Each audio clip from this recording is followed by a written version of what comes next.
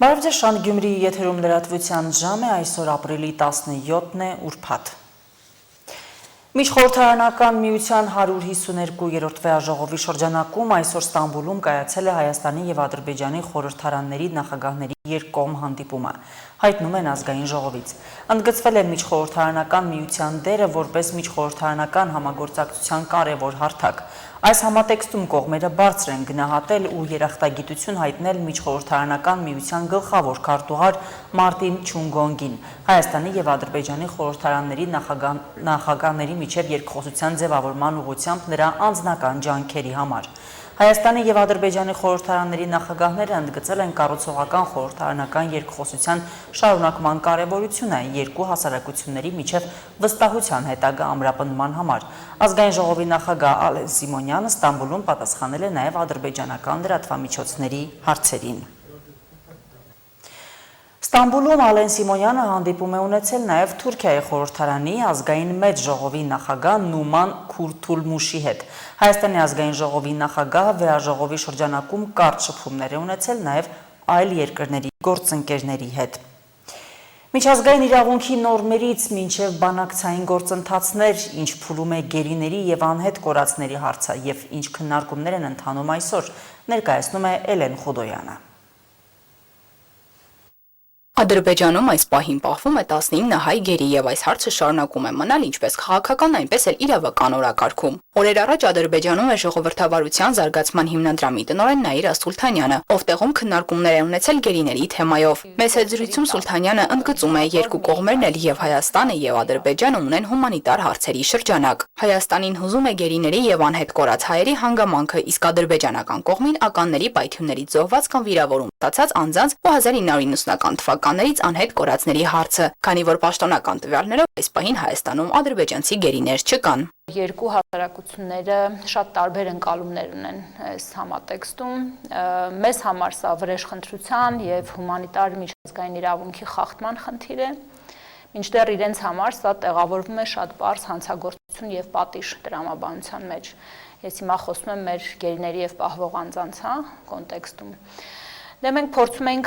մեր հիմնական արգումենտը այն էր, որ չի տեղավորվում այս հարցը այլևս խաղաղության տրամաբանության մեջ։ Մենք այլևս այցելում ենք իրար, հատում ենք ցամաքային սահման,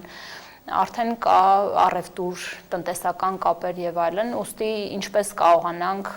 հավատալ, որ կան նաեւ պահվող անձիկ Բաքվում։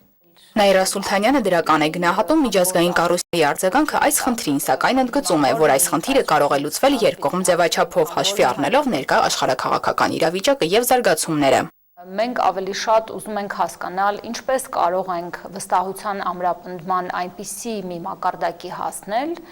որ կողմերի համար այս հարցը չդառնա իրար վրա ճնշում գործադրելու խնդիր, որպեսզի կարողանանք տարանջատել հումանիտար հարցերը եւ ցավոտ խնդիրներ չթողնենք խաղաղության գործընթացի ընթացքում։ Իսկ ինչպես են կարգավորվում ռազմագերիների իրավունքներն ու ազատությունները։ Ռազմագերիների խնդիրը կապված է զինված ընդհարման հետ եւ զինված ընդհարումների պատերազմների պարագայում գործողության մեջ է դրվում միջազգային իրավունքի նոր մեկ այլ ճյուղ, որը կոչվում է միջազգային մարդասիրական իրավունք եւ կան Ժնևյան կոնվենցիաներ, որոնք հանգամանալից կարգավորում են պաշտպանության ներքո գտնվող անձանց կարգավիճակը եւ կա համապատասխան կոնվենցիա, որը հենց վերաբերում է ռազմագերիների իրավական պաշտպանությանը, այստեղ կարող ենք գտնել դետալային կանոններ, թե նախ ով է համարվում ռազմագերին, ռազմագերիները ինչ իրավունքներ ունեն եւ ինչպիսի պայմաններում պետք է պահվեն հակամարտող պետության հսկողության ներքո։ Այլ կերպ ասած, Ժնևյան կոնվենցիաներն են, որ կարգավորում են այս հարցերը։ Իրավապաշտպանի խոսքով ռազմագերիների իրավունքներից ամենաառաջնահերթը նրանց ազատության իրավունքն է, որի չկատարումը համարվում է մարդասիրական իրավունքի լուրջ խախտում, որակվելով պատերազմական հանցագործություն։ Ռազմագերիների հիմնական իրավունքներից են նաև նրանց ֆիզիկական եւ հոգեբանական բռնության չենթարկվելու երաշխիքները։ Սակայն Շանթ Նյուզի հետ զրույցում Սահակյանը տեղեկացնում է, որ Ադրբեջանում հաճախ արձանագրվում են հայ ռազմագերիների իրավունքների խախտումներ, հատկապես ֆիզիկական եւ հոգեբանական բռնության հետ կապված։ Բազմաթիվ ահազանգեր են լինում, դրանք հիմնականում կապված են անձանց առողջական տնտեսական վիճակի հետ, նաև պահման այլ պայմանների հետ, առանձին իրավունքների իրացման հետ կապված բազմաթիվ սահմանափակումներ կան, վերջին մեզ նաև խիստ անհանգստացնող զարգացումային էր, որ թեև այդ ձևական դատավարությունները ավարտված են, սակայն դրանց արդյունքում կայացված դատավճիռները անգամ չեն տրամադրվել հայ գերիներին, նրանց ընտանիքի անդամներին կամ իրավաբաններին։ Կարմիր խաչի միջազգային կոմիտեն այս պահին Ադրբեջանում գործունեություն չի իրականացնում եւ հայ գերիների հետ կապը փաստացի չի ապահովում այդ կառույցի միջոցով։ Միջազգային Ժնևյան գրասենյակը կոնկրետ պայմանավորվածությունների շրջանակներում կարող է մեկ անգամյա կամ ad hoc այցելություններ իրականացնել Ադրբեջան։ Մենք ունեցանք մեկ նման դրական քայլ, երբ 2025 թվականի դեկտեմբերի 24 եւ 25-ին ադրբեջանական կողմը թույլատրեց Ժնևյան գրասենյակի ներկայացուցիչների այցելությունը Բաքու, որի շրջանակներում այցելություններ են եղել հայ պատանների հետ, բայց սա բնականon կանոնավոր գործունեություն չէ։ Իրավապաշտպանի խոսքով հայ գերիների վերադարձի հարցը այս պահին ամբողջությամբ հրապարակային չէ, իսկ գործընթացում հիմնական դեր ունեն քաղաքական բանակցությունները եւ խաղաղության համատեքստում հարցը շարունակում է մնալ բարձրաձայնված։ Մասնագետների գնահատմամբ կայուն եւ հաստատված խաղաղության մասին կարելի է խոսել այն ժամանակ, երբ լուծված կլինեն բոլոր մարդասիրական եւ մարդու իրավունքներին առնչվող խնդիրները։ Էլեն Խուդյան, Սեյրան Հակոբյան, Հորիզոն։ Հակակոռուպցիոն դատարանում քննվում է Սամվել Կարապետյանի խափանման միջոցի հարցը։ Ուժեղ Հայաստան կուսակցության ղեկավար գործարար Սամվել Կարապետյանի գործով դատական նիստից առաջ կազմակերպված քայլերթի ընթացքում 17 անձ է ձերբակալվել։ Այս մասին հայտնել է ոստիկանությունը, նշելով, որ նրանք բերման են ենթարկվել վարչական իրավախախտումների վերաբերյալ օրենսգրքի 182-րդ հոդվածի հիմքով եւ տեղափոխվել են համայնքային ոստիկանության ստորաբաժանումներ։ Դեպքը տեղի ունեցել հակակոռուպցիոն դատարանի հարակից տարածքում, երբ Կարապետյանի աջակիցների եւ ոստիկանների միջև լարվածություն է առաջացել։ Ոստիկանները պահանջել են, որ մասնակիցները դուրս գան երթևեկելի հատվածից եւ շարունակեն շարժվել մայթով, ինչից հետո սկսվել է հրմշտոց։ Հիշեցնենք, որ Սամվել Կարապետյանի խափանման միջոցի փոփոխության վերաբերյալ առաջին դատական նիստը նշանակված էր ապրիլի 15-ին, սակայն այն հետաձգվել էր մինչև ապրիլի 17-ը։ Իսրայելն ու Լիբանանը 10 օրյա հրադադար են հաստատել, այդ մասին հայտարարել է Միացյալ Նահանգների նախագահ Դոնալդ Թրամփը։ Նա միաժամանակ հայտարարել է, որ Իրանի հետ էլ մոտ են համաձայնությանը։ Ավելի քան 30 տարվա ընթացքում առաջին անգամ Վաշինգտոնում բանակցություններից հետո կողմերը դրական էին արտահայտվել եւ խոսել ուղիղ բանակցությունները շարունակելու մասին։ Եվ մինչ բանակցությունների շարունակումը որոշ միջոցներ ձեռնարկվում էին հրադադարի հաստատման ուղղությամբ։ Այդ բանակցություններից 2 օր անց Միացյալ Նահանգների նախագահ Դոնալդ Թրամփը հայտնեց հրադադար հաստատելու մասին։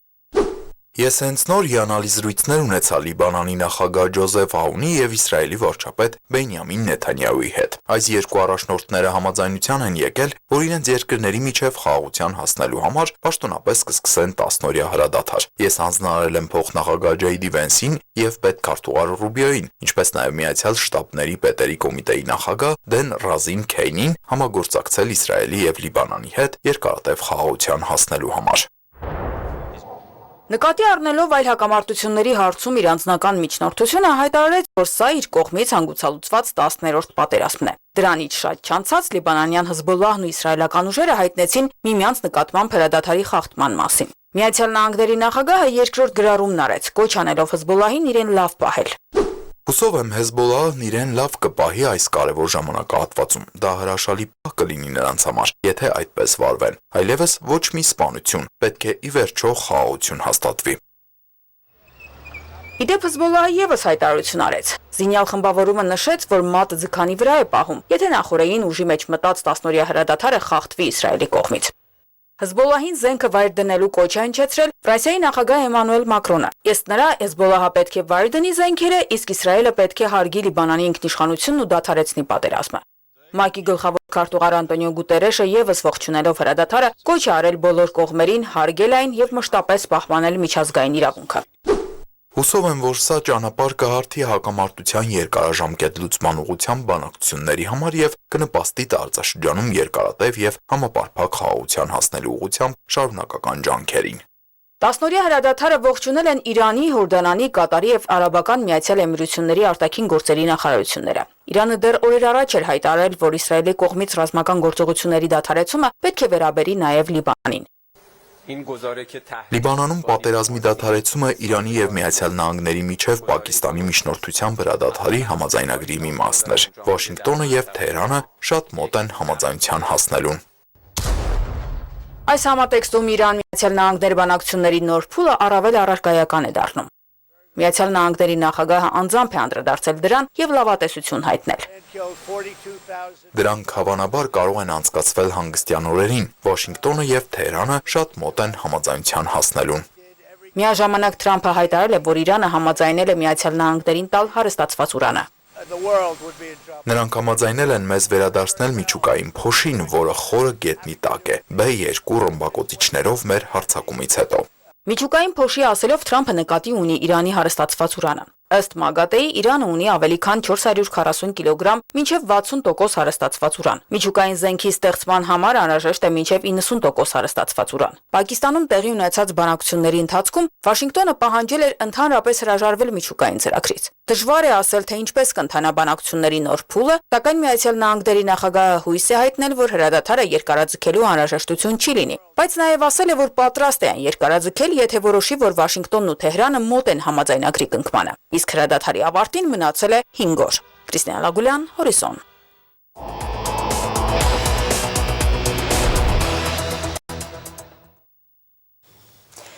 Գյումրիում գործող միակ լողարանը ջրային մարզաձևերի մանկապատանեկան մարզադպրոցը փակ է։ Դադարը ժամանակավոր է, շենքում օդափոխության համակարգի անսարքություններ են, որոնք ի հայտ են եկել շահագործումից շատ չանցած։ Ներսում խոնավությունը քայքայել է պատերը եւ եղած երկաթե կոնստրուկցիաները։ Հիմա վերանորոգումներ են սկսվել քաղաքային բյուջեի հատկացումներով։ 2006 թվականին թերություններով կառուցված մարզադպրոցում աշխատանքի ծավալները մեծ են, բայց նախատեսված ֆինանսավորումը անհամաչափ։ Խարաչուկը կաբեն որ վերև ելենք մակրենք սվաղենք ներգենք մակրենք ներգենք որ չփճանաս ասեն Լողավազանի տանիքն ու ծածկը պահող երկաթե կառուցատարերն են առաջին հերթին ժանգից մաքրում, որոնք այս վիճակին են հասել խոնավության պատճառով։ Մոտ 600 տոննա ջրի ծավալ պահող լողավազանից գոլորշին գնալու տեղ չի ունեցել ոչ բավարար օդափոխության պատճառով, ինչի հետևանքները տեսանելի են վերևում։ 20 տարի առաջ շենքում օդափոխության համակարգ տեղադրվել է, բայց աշխատել է մի քանի տարի։ Ոչ միայն շահագործումներ ծախսատար, նաև հետո էլ վերանորոգման համար ժամանակին շատ գումարներ են ուզել։ Անսարք վիճակում մնալու արդյունքում օդափոխության համակարգը կորցրել է պիտանելիության ժամկետը։ Ռեկուպերատոր է կոչվում, տեղադրել ենք, որը շատ թանկ հաճույք է, այսինքն խոնավոտը ինքը քաշում է, չորացնում, տակացնում, էլի փչում է լողավազանի մեջ 50%-ով էր աշխատում։ Հիմա ուզում ենք վերանորոգենք 100% աշխատի, չնայած շատ ծախսատար է էլեկտրոէներգիայի տեսակետով, կաթսայական գազի տեսակետով, ինքը ընդհանրապես լողավազանը թանկ հաճույք է, ծախսատար է շատ։ Թանկ ու ծախսատար համակարգը փոխելու կամ վերագործարկելու խնդիրը լողավազանի վերանորոգման նախագծում չկա, բայց մարզադպրոցի պատասխանատուները չեն բացառում նախագծային փոփոխությունները։ Այդ դեպքում սպասում են, որ իրենց առաջարկը հաշվի կառնեն։ Վերանորոգումների այս փուլում շենքում խոնավությունը նվազեցնելու համար այլ տարբերակ են գտել, որը թեև պակաս արդյունավետ է, բայց ելք է համարվում։ Փակ պատուհանները փոխարինելու են բացվող փեղկեր ունեցողներով։ Այս առաջարկներն են ընդգրկված նախագծում։ Այդ դիմացի աբագիները որ կան, տեսակ մեծ աբագիները, երկու պատուհան էս կողմը, երկու պատուհան այն կողմը աշխատող է, բացովի փագովի, որ օդը տանի։ Շենքում վերանորոգումները կոսմետիկ են, պատերից մաքրել են խոնավության հետքերը, ճաքերն են փակելու, փոխելու են էլեկտրական մալուխները, վերանորոգման ենթակա են նաև սանհանգույցները։ Երևի էս առաստաղը փոխվի, ու այս խողովակները պատի մեջից եղնի, սոք հին ոջի են, էլի արդիական եղնի։ Կզգաշ է, դուս է գալ է։ Լսեք կանդեմ, մեկ ես բողը։ Օդափոխության համակարգ չունենալը միակ խնդիրը չէ շենքում։ 25 մետր երկարության և 1 մետր 80 սանտիմետր բարձրության լողավազանը ևս արդիականացման վերանորոգման անհրաժեշտություն ունի։ 20 տարի առաջ կառուցածն է, որտեղ շահագործման օրվանից բան չի փոխվել կամ նորացվել։ Թեև այն միջազգային ստանդարտներին համապատասխան է, բայց ջուրը ավտոմատ մեխանիզմով թարմացնելու համակարգ չունի, ինչի պատճառով ջրային կորուստներն էին շատ։ Լողավազանի վերանորոգումը եւս նախագծից բացակայում է։ Հատուկ պերիբորներ են տրվում այստեղ, այս տաք ջուրը, քլորացված ջուրը գնում է ֆիլտր, նայեք, այս ֆիլտրը։ Էլի ֆիլտրացվելուց հետո մաքուր վիճակում էլի գալիս է լողավազան։ Այսինքն մենք շահում ենք, որ տաք ջուրը չի կորում, դեղորայքը չի կորում։ Մինչև հիմա վրայից որ գնում է կոյուղի։ Առաջարկը լավն է, բայց դեռ նախագծում չէ։ Շինարարը ձեռքի տակ եղած նախագիծն է ցույց տալիս, որից շեղումներ չի պատրաստվում թույլ տալ։ Փաստաթղթով նախատեսվածից դուրս այլ աշխատանքներ չի կարող անել։ Նախագծի ինչ որ կետեր պետք է փոխենք։ Պրոյեկտը 100 չեղնի, 100 գծագիրը չեղնի, չմենը։ Որտեվ ճիշտ չէ։ Իմ խելքովս էնելը ճիշտ չէ։ Դորմար նախագծող կա, դորմար տեխնիկական հսկող կա, թող իրանք լուծումները տան, ես եմ։ Այս շենքի լողավազանի սիրտը, ոնց որ մարդու սիրտը, այս ավազանն է։ Տեսնեք, այս սալիկները փոկվել են։ Հիմա էլի արդիական պլյոնկա թաղանթ է քաշվում էլի, լրիվ փակվում է։ Օդափոխության համակարգի նորացումն ու լողավազանի վերանորոգումը առաջարկներ են, որոնք նախագծողներին են ներկայացվելու։ Առայժմ եղած նախագծով եւ 2 փուլով նախատեսված աշխատանքներն են կատարում, որոնց համար տեղական բյուջեից 118 միլիոն դրամ է հատկացրել քաղաքապետարանը։ Քննարկվող առաջարկներն ընդունվելու եւ նախագիծ փոխելու դեպքում լրացուցիչ ֆինանսավորման անհրաժեշտություն առաջ կգա։ Միջև այսօրվա տեմպերով կարող է երկար տևի, որովհետև հսկայական աշխատանքների կարիք ունի։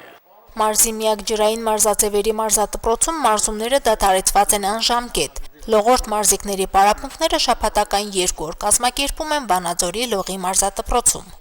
Մարինե Տերբինյան, Վահագն Վարագյան, Հորիզոն։ Այժմ լրահոսն այսպիսին էր,